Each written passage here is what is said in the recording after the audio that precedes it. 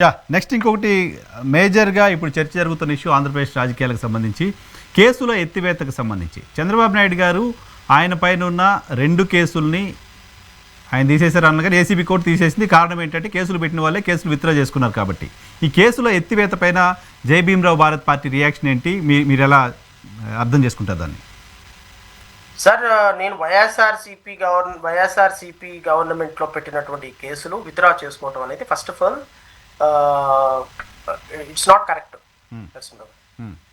And గత ప్రభుత్వంలో జగన్మోహన్ రెడ్డి గారు కేసులు విత్డ్రా చేసుకున్నప్పుడు మేమే హైకోర్టుకి వెళ్ళాము. చాలా మంది 70 మంది మీద ఆల్మోస్ట్ 70 మంది ప్రజాప్రతినిధి మీద కేసులు మళ్ళీ రీస్టోర్ చేయించాను. కేసెస్ నేనే రిస్టోర్ చేయించాను. పబ్లిక్ ఇంట్రెస్ట్ లిటిగేషన్ వేసింది నేనే రిస్టోర్ చేయించాను. బట్ ఆ సందర్భంలో fortunately government has issued a జివ్ విత్డ్రాయింగ్ కేసెస్ అని ప్రజాప్రతినిధి మీద కేసులు విత్డ్రా చేసుకున్నట్టు జీవో ఇష్యూ చేసింది. ఆ జీవో ఇష్యూ చేసిన సందర్భంలో వాళ్ళందరూ ఎంపీలు ఎమ్మెల్యేలుగా ఉన్న వాళ్ళ కేసులు విత్డ్రా చేసుకోవడానికి లేదు. పొలుసు పార్థసారథి ఇలాంటి వాళ్ళందరూ చాలా మంది ఉన్నారు. ఈ పబ్లిక్ ఇంట్రెస్ట్ లిటిగేషన్ వేసినప్పుడు సందర్భంలో ఈ కేసులన్నీ విత్డ్రా చేసుకున్న కేసులన్నీ హైకోర్టు మళ్ళీ రీఓపెన్ చేసింది. రీఓపెన్ చేసిన సందర్భంలో తెలుగుదేశం పార్టీకి సంబంధించినటువంటి చాలా మంది చాలా అప్రిషియేట్ చేశారు. ఈ సందర్భంలో చాలా మంచి పని చేశారు. శ్రవణ్ కుమార్ గారు ఎక్సలెంట్ పని చేశారు. ఇలా విత్డ్రాల్ చేసుకోవటం ఏంటి, డామ్ డూమ్ డిస్కర్. జగన్మోహన్ రెడ్డి వ్యక్తిగత హోదాలో కొన్ని కంప్లైంట్లు విత్డ్రా చేసుకున్నారు. ఆయన మీద పెట్టినటువంటి కేసులు కొన్ని కంప్లైంట్లు విత్డ్రా చేయించుకున్నప్పుడు సబ్జెక్ట్ టు కరెక్షన్ నాకు తెలిసి వర్లరామయ్యే హైకోర్టులో పిటిషన్ వేశారు. హైకోర్టులో పిటిషన్ వేసి జనసేనకు సంబంధించినటువంటి ఎవరో ఒక వ్యక్తి కూడా పిటిషన్ వేసి కరోనా సమయంలో నాకు తెలిసినంత వరకు బాగా గుర్తుంది నాకు, అసలు ఈ విధంగా కేసులు విత్డ్రా చేసుకోవటం అధికార దుర్వినియోగం, డామ్ డూమ్ డిస్కర్ బట్టలు దించేసుకున్నారు అందరు. ఇప్పుడు తెలుగుదేశం పార్టీ అధికారంలోకి వచ్చిన తర్వాత ఏదైతే చంద్రబాబు నాయుడు మీద కేసు పెట్టినటువంటి కేసులన్నీ కూడా విత్డ్రా చేసుకోవటం అనేది ఎంతవరకు మొరాలిటీ, లీగాలిటీ ఆలోచించుకోమంటున్నా. జడ్జి మీరే, పోలీస్ ఆఫీసర్ మీరే, ముఖ్యమంత్రి అక్యూజ్డ్ మీరే, వన్ మ్యాన్ షో. క్రికెట్ లో బౌలర్ ఉంటాడు, బ్యాట్స్మెన్ ఉంటాడు, కీపర్ ఉంటాడు, కొడితే పట్టుకోవడానికి ఫీల్డర్ ఉంటాడు, ఫీల్డర్ పట్టుకొని చేస్తే ఎంపైర్ ఉంటాడు అవుట్ అని చెప్పడానికి.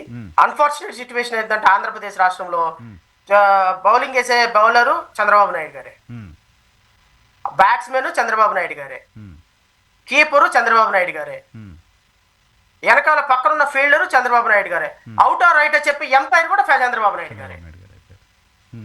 ఇంకా ఇంకా ఇంకా ఇంకా ఆట ఏంటి, గేమ్ ఏంటి, దీన్ని చూడటానికి ప్రేక్షకులు ఏంటి, మాట్లాడుకోవడానికి నరసింహరావు, శ్రవణ్ కుమార్ మీకు నాకైనా మొరాలిటీ పక్కన పెడితే లీగాలిటీ లేదా?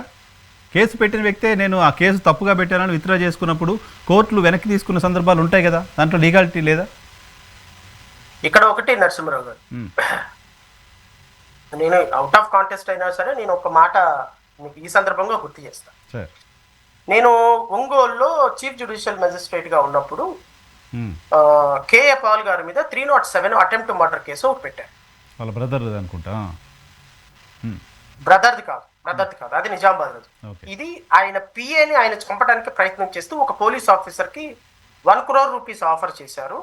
ఆ 1 crore ఆఫర్ చేసినటువంటి పెన్ డ్రైవ్ కూడా వాళ్ళు సీక్రెట్ కెమెరా పెట్టి సిఐ డబ్బులు తీసుకుంటూ సిఐ పెన్ కెమెరా పెట్టి వీడియోగ్రాఫ్ చేశారు. Because it is pre trap. ఎప్పుడైతే కేఏపాల్ ఆఫర్ చేశాడో, ఎందుకంటే ఆ కేసు ఇప్పుడు హైకోర్టులో నడుస్తుంది, సో ఇది ఓపెన్ కాబట్టి నేను మీకు ఈ సందర్భంలో ఈ మాట షేర్ చేసుకుంటున్నా. అయితే ఈ సందర్భంలో కేఏపాల్ గారు ఆఫర్ ఇవ్వటం, కేఏపాల్ గారు ఆఫర్ని ఈయన యాక్సెప్ట్ చేసినట్టుగా నటిస్తూ సిఐ పెన్ డ్రైవ్లో, సీసీ కెమెరాలో, సీక్రెట్ కెమెరాలో మొత్తం ఇది చేసి ఆయన్ని సబ్సిక్వెంట్గా కేసు కట్టి అరెస్ట్ చేశారు. 20 రోజులు, నెల రోజులు ఆయన అరెస్ట్ అయ్యి రిమాండ్లో ఉన్నట్టున్నా నాకు తెలిసి. సబ్సిక్వెంట్గా అది ఎప్పుడో జరిగింది. సబ్సిక్వెంట్గా నేను వెళ్ళిన తర్వాత క్లోజర్ రిపోర్ట్ వేశారు పోలీసులు. క్లోజర్ రిపోర్ట్లో కూడా ఏం రాశారు అంటే, ఎవరైతే కంప్లైంట్ పెట్టారో ఆ కంప్లైంట్ పెట్టినటువంటి వ్యక్తి, ఈయన పిఏ ఎవరైతే ఉన్నారో ఆయన కంప్లైంట్ విత్డ్రా చేసుకుంటున్నాడు. కాబట్టి ఈ కంప్లైంట్ మేము పోలీసులు కూడా మా దాంట్లో ఏమీ దొరకలేదు కాబట్టి వీఆర్ క్లోజింగ్ ద కేసు అని చెప్పేసి క్లోజర్ రిపోర్ట్ వేసేసారు. నార్మల్గా ఇప్పుడు చంద్రబాబు నాయుడు గారి కేసులో ఏదైతే జరిగిందో ఆ కేసులో కూడా అదే జరిగింది. కానీ ఇక్కడ విషయం ఏంటి అంటే, ఈ కంప్లైంట్ పెట్టిన వెంటనే అతని దగ్గర 164 స్టేట్మెంట్ మెజిస్ట్రేట్ దగ్గర చేయించారు. ఓకే, పిఏతో పిఏతో 164 స్టేట్మెంట్ అంటే it is nothing but admitted evidence before judge. Before judge. Normal గా ఏ కేసులో కూడా కంప్లైంట్ పెట్టిన వ్యక్తి చేత 164 చేయించరు. రాజీలు అవుతాయని భావించినప్పుడు మాత్రమే హై ప్రొఫైల్ కేసెస్ లో ఇలా పోలీసులు చేయిస్తారు, 164 స్టేట్మెంట్లు చేయిస్తారు. ఇప్పుడు 164 స్టేట్మెంట్లు మ్యాండేటరీ అయింది. దేంట్లో పోక్సో కేసెస్ లో 164 statement mandatory, SC ST cases లో 164 statement mandatory, and ACB cases లో సిబిఐ కేసెస్ లో 164 స్టేట్మెంట్ మ్యాండేటరీ. ఎందుకు మ్యాండేటరీ అంటే రేపొద్దున కేసులు పెట్టించి రేపొద్దున కేసులు మళ్ళీ రాజీ అవుతారేమో. రాజీ అయితే కంప్లైంట్ పెట్టినటువంటి వ్యక్తి ఒకసారి మెజిస్ట్రేట్ దగ్గర 164 స్టేట్మెంట్ ఇస్తే రేపు పెర్జరీ కేసు తీసుకొని రాజీ అయితే ఇతన్ని కూడా జైలుకి పంపించే వ్యవహారం ఉంటుంది. ఓకే, సో అందుకని 164 స్టేట్మెంట్ తీసుకొని మొదట్లోనే చార్జ్ ఎఫ్ఐఆర్ కట్టిన వెంటనే 164 స్టేట్మెంట్ తీసుకొని కేసును బైండ్ ఓవర్ చేసిస్తారు. చంద్రబాబు నాయుడు గారి కేసుల్లో కూడా 164 స్టేట్మెంట్లు రికార్డ్ అయినాయి. ఏసీబీ కేసే కదా అది కూడా, 164 రికార్డ్ అవ్వకుండా అసలు ఉండదు ప్రొసీజర్ ప్రకారం. వాసుదేవరెడ్డి గారు ఇంకొకళ్ళు ఎవరైతే కంప్లైంట్ పెట్టారో వాళ్ళందరూ 164 స్టేట్మెంట్లు ఉన్నాయి. 164 స్టేట్మెంట్ ఆన్ రికార్డు ఉండగా నేను కేఏ పాల్ గారి కేసులో ఏం చేశాను చెప్తా. కేఏ పాల్ గారి కేసులో నేను ఇవన్నీ సైట్ చేసిన. సీసీ కెమెరా ఉంది, వీడియో ఫుటేజ్ ఉంది, రికవర్డ్ అమౌంట్ ఉంది, ఇన్నోవా కార్ ఉంది, స్టేట్మెంట్ ఆఫ్ ది 164 స్టేట్మెంట్ ఉంది. ఇన్ని కేసులు ఉండగా మీరు కేసులు రిఫర్ చేయడానికి లేదు. So therefore taking cognizance referred charge sheet is dismissed అని చెప్పేసి కాగ్నిజెన్స్ తీసుకొని పైకోర్టుకు పంపించేసి. ఓకే, సో చంద్రబాబు నాయుడు గారి కేసుల్లో కూడా ఈ 164 స్టేట్మెంట్ ప్లెంటీ ఆఫ్ మెటీరియల్ ఉండగా how the ACB court is accorded permission for withdrawal of the case I don't know. Number 1. Number 2 ఇంకోటి కూడా వైలేషన్ చెప్తా లీగల్ గా ఎలా తప్పు అనే దాని మీద. ఈ చంద్రబాబు నాయుడు గారు ప్రజాప్రతినిధి మాత్రమే కేసును క్లోజ్ చేయాల్సిన కేసు కోర్టు కాకుండా విజయవాడ ఏసీబీ కోర్టు ఏ విధంగా కేసు క్లోజ్ చేస్తుంది అనేది ప్రాథమికమైన అబ్జెక్షన్ నాకు. ప్రజాప్రతినిధుల కోర్టు చేయాలి అది, అంతేగా మరి. అప్పుడు ఏసీబీ కోర్టులో ఉన్న కేసు, ఏసీబీ కోర్టులో విచారణ జరుగుతున్న కేసు, దానికి ప్రజాప్రతినిధుల కోర్టుకి ఎలా లింక్ ఉంటుంది? There is a point. Supreme court ఏం చెప్పింది, ఏ ప్రజాప్రతినిధుల కేసు అయినా సరే ఎక్స్పీడియేటెడ్ ట్రయల్ జరగాలి అంటే రాష్ట్ర వ్యాప్తంగా ఒకే ఒక కోర్టు ఉంటుంది, స్పెషల్ కోర్టు ఉంటుంది. ప్రజాప్రతినిధుల కోర్టు అది ఖచ్చితంగా అది ప్రతి రాష్ట్రంలో ఏర్పాటు కావాలి. ఈ కోర్టులు ఎప్పటికప్పుడు డే టు డే డిస్పోజల్ ఆన్లైన్లో పెట్టాలి. సో ప్రజాప్రతినిధులు either former or present MLA కేసులు ప్రజాప్రతినిధుల కోర్టు మాత్రమే ట్రయల్ చేయాలి, ఎక్స్పీడియట్గా ట్రయల్ చేయాలి టు అబ్యూజ్ ప్రాసెస్ ఆఫ్ లాని తీసేసేయని సందర్భంలో. ఇప్పుడు నా ప్రాథమికమైన ట్రయల్ అక్కడ జరగాలి, ప్రజాప్రతినిధుల కోర్టులో ట్రయల్ జరగాలి. అదే పాయింట్ ఇక్కడ పాయింట్ ఏంటి అంటే సుప్రీంకోర్టు కేవలం ట్రయల్ మాత్రమే జరగాలి అని చెప్పలా. ఒకవేళ ట్రయల్ జరగాలి అని మాత్రమే చెప్పింది అంటే నేనేమనుకుంటానంటే పోస్ట్ ట్రయల్, ప్రీ ట్రయల్. నేనేమంటాను అంటే అసలు సుప్రీంకోర్టు జడ్జిమెంట్ ఇచ్చిన కాన్సెప్ట్ ఏంటి, ప్రజాప్రతినిధులుగా ఉన్న వాళ్ళు పోలీసులను మేనేజ్ చేసి వాళ్ళు కేసెస్ని కంప్లైంట్ల చేత కంప్లైంట్లు క్లోజ్ చేయించుకొని ఇన్వెస్టిగేషన్ ఇన్ఫ్లుయెన్స్ చేసుకొని డిలే చేసుకుంటూ సంవత్సరాల పాటుగా ట్రయల్ను డిలే చేస్తున్నారు.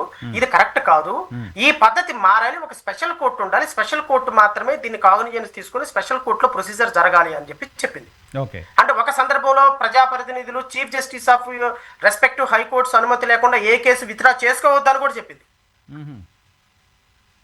ఎన్వి రమణనే ఆ జడ్జిమెంట్ ఇచ్చింది, ఏ చీఫ్ జస్టిస్ అనుమతి లేకుండా ఏ కేసులు విత్డ్రా చేసుకోవద్దు అని చెప్పింది.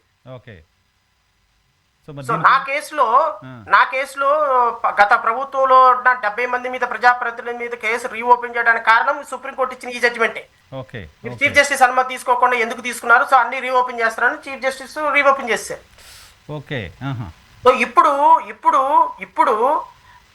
ఛార్జ్ షీట్ కంప్లీట్ అయిన తర్వాత స్పెషల్ కోర్టుకు పంపిస్తారా, ఛార్జ్ షీట్ వేయక ముందే క్లోజర్ రిపోర్ట్ వేసేస్తారా? క్లోజర్ రిపోర్ట్ వేసేస్తే ఏసీబీ కోర్టు యాక్సెప్ట్ చేయొచ్చు. ఈ విధంగా ఏసీబీ కోర్టులు క్లోజర్ రిపోర్ట్లు వేసేసేసి స్పెషల్ కోర్టుకు వెళ్లకుండా ట్రయల్ తర్వాత మాత్రమే స్పెషల్ కోర్టుకు వెళ్ళాలి, ట్రయల్కు ముందు జ్యూరిస్డిక్షనల్ కోర్టులోనే కేసులు ఉండొచ్చు. సో మేము అసలు స్పెషల్ కోర్టుకి వెళ్లకుండా స్పెషల్ కోర్టుకు ఒకసారి వెళ్తే విత్డ్రా చేసుకునే పరిస్థితి ఉండదు కాబట్టి ఇక్కడికిక్కడే మమా అనిపించేద్దాం, ఇన్వెస్టిగేషన్ కంప్లీట్ చేసేసి ఫైనల్ రిపోర్ట్ వేసేద్దాం, ఏసీబీ కోర్టు చేసేది అంటే ఏసీబీ కోర్టు అది చేయడానికి కూడా లేదు అనేది నా ప్రాథమికమైన అబ్జెక్షన్. చీఫ్ జస్టిస్ అనుమతి లేకుండా అనే క్లాస్ పోయింది. అది సుప్రీంకోర్టు జడ్జిమెంట్ ఇచ్చింది, అది లిమిటెడ్ పీరియడ్ ఇచ్చింది, సబ్సిక్వెంట్ గా అది పోయింది. ఇప్పుడు నేనేమంటానంటే అసలు నువ్వు ఒక్కసారి ప్రజాప్రతినిధి మీద కేసు విత్డ్రా చేయాలి అంటే, నువ్వు పెన్ను పెట్టాలి అంటే దాని మీద నీ డిజిగ్నేటెడ్ కోర్టు మాత్రమే దాని విత్డ్రాయల్కి పర్మిషన్ ఇవ్వాలి, even if it is crime stage లో అయినా సరే. Okay okay. అది కాగ్నిజన్ తీసుకొని ఛార్జ్ షీట్ కంప్లీట్ అయ్యేటం కాదు, right from registration of FIR దగ్గర నుంచి అండ్ టిల్ ది జడ్జిమెంట్ వరకు కూడా స్పెషల్ కోర్టు మాత్రమే పెన్ను పెట్టాలి, మిగతా కోర్టులకి దానికి అధికారం లేదు. ఒకవేళ దాన్ని క్లోజ్ చేయాల్సి వస్తే అది మీరు స్పెషల్ కోర్టుకి పంపించాలి, కానీ ఏసీబీ కోర్టు చేయడానికి without jurisdiction he excessly accorded permission for withdrawal అనేది నాకున్నటువంటి లిమిటెడ్ లీగల్ నాలెడ్జ్ లో I can say. Okay okay. రేపొద్దున నేను మా పార్టీ చంద్రబాబు నాయుడు గారి మీద కేసులు, ఈ కేసులను విత్డ్రా చేసుకున్న వాటి మీద మేము హైకోర్టుకి వెళ్ళే ప్రాసెస్లో భాగంగా మా ప్రధానమైన ఈ 2 పాయింట్లే మేము రేపొద్దున ఆర్గ్యూ చేయము. ఓకే. ఎన్వి రమణ గారు చెప్పిన తీర్పుకి విరుద్ధంగా చంద్రబాబు నాయుడు గారి పైన కేసులు విత్డ్రా చేసుకున్నారు, ఒక విధంగా అనుకోవచ్చు. బట్ ఒక్కసారి డివై చంద్రచూడ్ వచ్చిన తర్వాత NV Ramana interim orders taken off, పక్కకి వెళ్ళిపోయింది. ఫైనల్ జడ్జ్మెంట్ వచ్చేసింది కాబట్టి ఇంటీరియం ఆర్డర్, బట్ ఒక 2 years లిమిటెడ్ పీరియడ్ మాత్రం చీఫ్ జస్టిస్ అనుమతి తీసుకోకుండా చేయకూడదని చెప్పారు. సో ఒక లిమిటెడ్ పీరియడ్. బట్ ఏదేమైనా చంద్రబాబు నాయుడు గారి మీద కేసెస్ తీసివేయటం అనేది అప్రజాస్వామికం, రాజ్యాంగ విరుద్ధం, illegal, improper, immoral also. So ఖచ్చితంగా ఈ కేసెస్ అన్నింటినీ రీఓపెన్ చేయాల్సిందే. ప్రాసెస్ ప్రకారం, ఎవిడెన్స్ లేకపోతే ప్రాసెస్ ప్రకారం క్లోజ్ చేయటమే తప్ప నా ఇష్టం వచ్చినట్టు సిఐడిని పిలిపించుకుంటాను, మా జేబులో సంస్థే కదా విత్డ్రా చేసుకుంటానంటే కుదరదు. ఓకే. లీగల్ గ్రౌండ్ అదైతే పొలిటికల్ పార్టీగా చంద్రబాబు నాయుడు గారు కేసులు విత్డ్రా చేయించుకోవడం కోసం ఇంత హర్రీ, ఇంత ఆత్రం చూపించడం వెనక రీజనింగ్ కనపడుతుంది పొలిటికల్ పార్టీ నాయకుడిగా? సార్, నీ దీపం ఉండగానే ఇల్లు చక్కబెట్టుకోవాలి, మళ్ళీ అధికారం వస్తుందో లేదో తెలియదు. ఒక్కసారి ఇంకొక 1 yearలోనో 6 నెలల్లోనో నారా లోకేష్ ముఖ్యమంత్రి అయిపోతే చంద్రబాబు నాయుడు గారి కేసులు అప్పుడు విత్డ్రా చేసుకుంటే మళ్ళీ ఆ విధమైనటువంటి తలనొప్పి వస్తుందేమో. Last moment fag end of political election moment లో చేసుకుంటే అది ఒక పెద్ద పొలిటికల్ డిస్కషన్ అవుతుంది.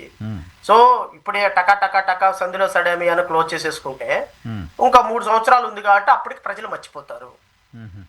మన విషయం ఏంటి అంటే ప్రజలు మర్చిపోతారు లేదా పక్కన పెడితే కోర్టులు మర్చిపోవు, నెంబర్ 1. నెంబర్ 2, 2029లో మీ కేసులు మళ్ళీ రీఓపెన్ అవుతాయి. నెంబర్ 2, ఎవరెవరైతే ఈ రోజు పోలీస్ ఆఫీసర్లు అది చాలా అంటే, సార్ నేనేమంటానంటే మనం మాట్లాడేటువంటి మాటలు ఖచ్చితంగా చేసి తీరుతాం. నేనేదైతే ఉన్నానో, నేను ఒక మాట అన్నాను అంటే ఖచ్చితంగా అది చెయ్యటానికి నా సాయి శక్తిలా ప్రయత్నం చేస్తా, ఖచ్చితంగా ప్రయత్నం చేస్తా. ఇప్పుడు గౌరవ ముఖ్యమంత్రి గారి మీద కేసులు ఏదైతే క్లోజ్ చేశారో, ఈ క్లోజర్ రిపోర్ట్లు వేసిన ప్రతి అధికారి కూడా రేపొద్దున he will be under suit. రేపొద్దున అయ్యా మాకేం సంబంధం లేదయ్యా, మేము చంద్రబాబు నాయుడు గారు చెప్పమంటే చేసామన్నా వదిలే ప్రసక్తే లేదు. ఎందుకు అంటే ఐపీఎస్ సిస్టాన్ని, ఐఏఎస్ సిస్టాన్ని, కొన్ని వ్యవస్థల్ని సెట్ చేయాల్సినటువంటి అవసరం ఉంది ఈ వ్యవస్థలో. జగన్మోహన్ రెడ్డి ఉన్నప్పుడేమో కేసు పెట్టావా, జగన్మోహన్ రెడ్డి పక్కకి వెళ్ళిపోయి ముఖ్యమంత్రి చంద్రబాబు నాయుడు వస్తేనేమో కేసు తప్పుడు అయిందా, మళ్ళీ రేపొద్దున మళ్ళీ ఇంకొకళ్ళు వస్తేనేమో తూచి మళ్ళీ జగన్మోహన్ రెడ్డి మళ్ళీ చంద్రబాబు నాయుడు తప్పుడోడా. ఏమో మీరు ఐఏఎస్ ఆఫీసర్లా, ఐపీఎస్ ఆఫీసర్లా, మీరు అసలు ఒక విఘ్నత ఉందా, మీకు ఒక పద్ధతి పాడుందా, మనం చదివిన చదువుకి విలువ ఉందా? మీలాంటి వాళ్ళు ఈరోజు అడ్మినిస్ట్రేషన్ చేస్తుంటే ప్రజలకు ఏమి నమ్మకం కలుగుతుంది, ప్రజలకు ఏమి మెసేజ్ ఇద్దాం అనుకుంటున్నారు మీరు? పొలిటీషియన్సే బెటర్ అండి వీళ్ళకంటే.